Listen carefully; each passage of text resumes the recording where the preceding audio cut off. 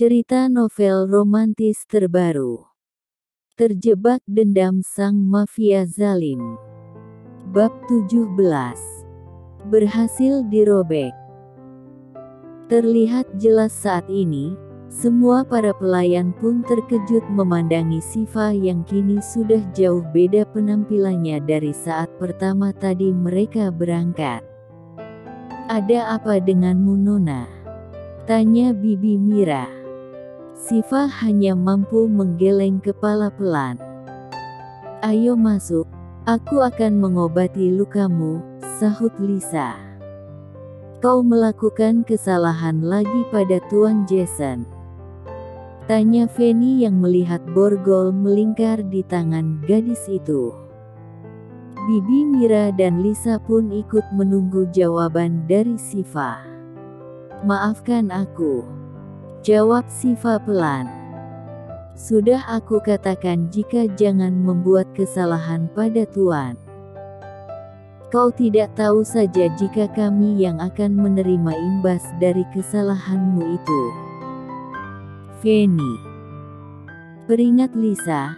Dia tidak suka pada perkataan Fanny yang semakin membuat air mata Siva luruh. "Mengapa? Bukankah aku berbicara benar? Lihat saja sebentar lagi kita juga akan menerima hukuman dari Tuan Jason," sarkas Fanny. "Kau lupa bagaimana Tuan Jason jika ada yang membuat kesalahan? Kita juga yang terkena imbasnya," sungutnya lagi. "Tutup mulutmu, Fanny. Kau cuma bisa menambah luka di hati Nona Siva," balas Lisa tak kalah ketus. "Aku hanya berbicara fakta," desisnya memutar bola mata malas dan Fanny pun beranjak meninggalkan mereka.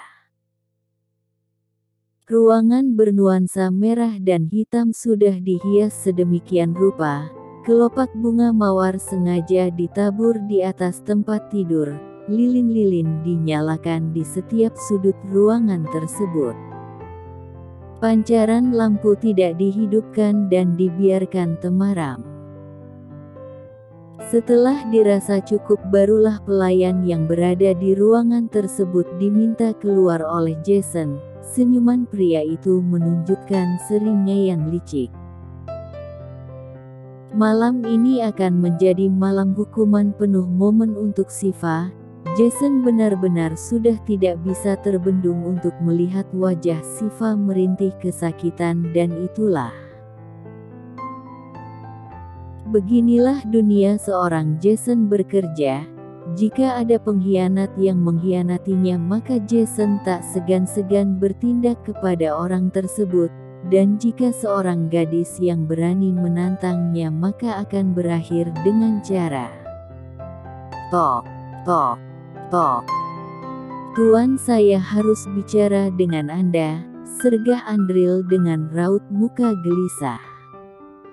"Ada apa?" tanyanya. "Salah satu orang yang mengirimkan barang kita ke pelabuhan ternyata adalah mata-mata dari Tuan Aros.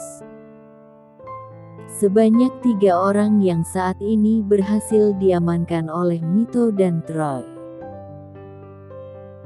Mungkin pagi nanti mereka akan sampai di sini, Tuan," jelas Andril berucap sangat hati-hati sebab saat ini suasana hati tuannya sedang tidak baik-baik saja.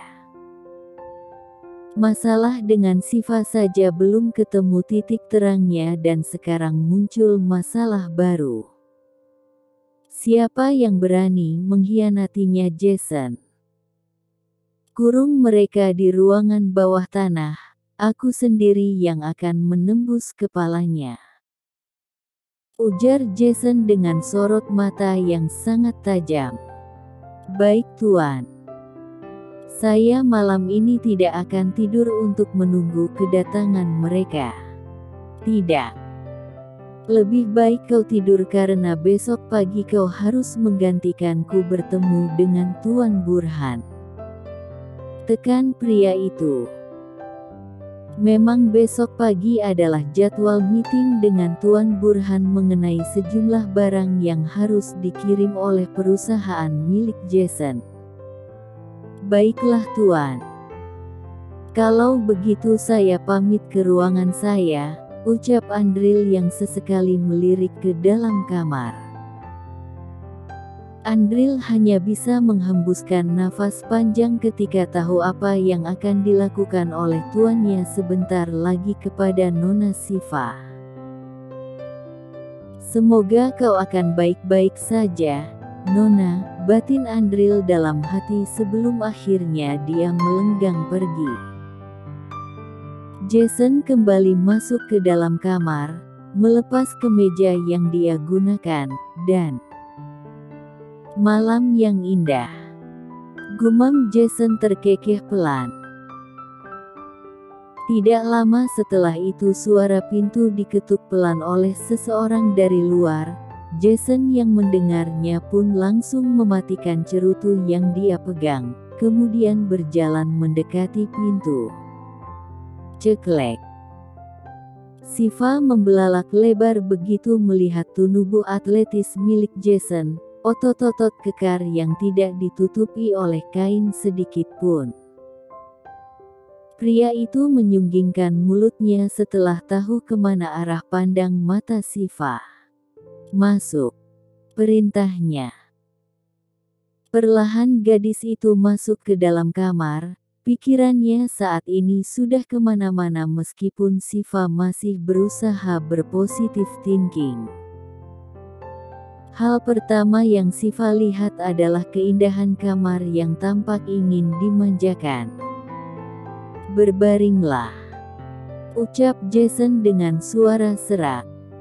Siva menoleh ke arah Jason. Aku harus apa? Tanyanya. Berbaring, ulang pria itu. Maksud kamu apa, Jason? Aku rasa aku tidak perlu mengulang 3 kali jawabanku, Siva. Tukas Jason, ayo cepat. Ucapnya lagi. Siva menggeleng keras, melirik sekitar dan detik berikutnya dia berlari ke arah pintu untuk kabur. Sialnya pintu tersebut terkunci. Dari arah belakang pria itu tertawa begitu kencang. Tawa yang sangat menyeramkan di telinga Siva. Kau tidak akan bisa kabur dariku. Lari sejauh kau bisa, Siva. Aku mohon jangan lakukan ini padaku, Jason. Maafkan kesalahanku karena sudah mencoba kabur darimu, pinta Siva dalam tangisannya. Bukankah sudah terlambat untuk menyesali perbuatanmu? Jason tersenyum miring dengan terus berkaitan mendekat ke arah Siva. Gadis itu semakin memundurkan langkahnya. Aku bersedia menjadi budakmu Jason. Tapi tolong jangan sakiti aku. Tanpa menunggu lama lagi, dan singkat cerita guys, akhirnya Tuan Jason berhasil menaburkan sejumlah bibit ikan lele di dalam kolam terpal mungil itu yang masih bersih dan nyaman. Tahu ajalah guys, bagaimana wajah Siva saat kebun kesayangannya itu pertama kali diolah oleh Jason, yang entah keberapa kali pria itu menaburkan cairan pupuk di dalam kolam terpal milik Siva. Intinya, ada noda merah segar yang menjadi bukti bahwa Siva telah diambil kebun mininya. Lanjut ke bab 18.